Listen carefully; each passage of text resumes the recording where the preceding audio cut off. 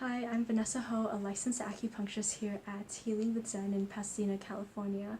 Today we're going to do a quick 101 on facial rejuvenation and the basics of facial acupuncture. The number one asked question from patients that I get regarding facial acupuncture is, what is it? And what it is the insertion of ultra hair thin needles in specific points on your face to increase collagen production as well as increase blood flow in order to reduce the appearance of fine lines, wrinkles, hyperpigmentation, or sunspots, as well as help kind of give a lift to any sagging skin or sagging jowls. Another frequently asked question is, how does it differ from any other treatments that they may have had before, such as Botox, laser treatments, or any other kind of facial rejuvenation treatments?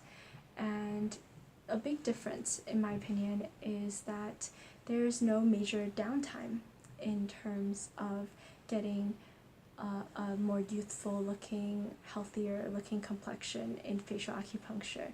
With things such as Botox or laser treatments, usually the effects last anywhere between 3 to 6 months and usually start seeing the results within 5 to 7 days.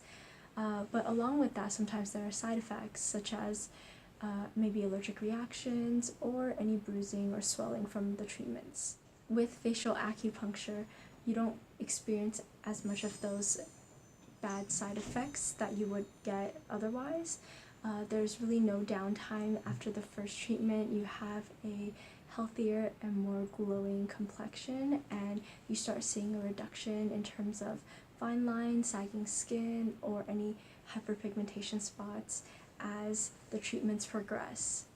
So it's a lot more of a more natural and gentle alternative to such treatments such as Botox or laser treatments.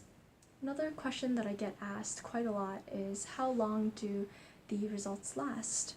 And after about 8 to 10 treatments with facial rejuvenation, usually the results last between 3 to 5 years, so it's very much long term.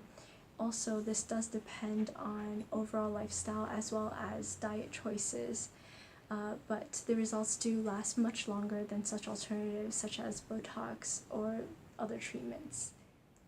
Go ahead and click the next video to get even more questions answered at the second part of our facial acupuncture 101 session.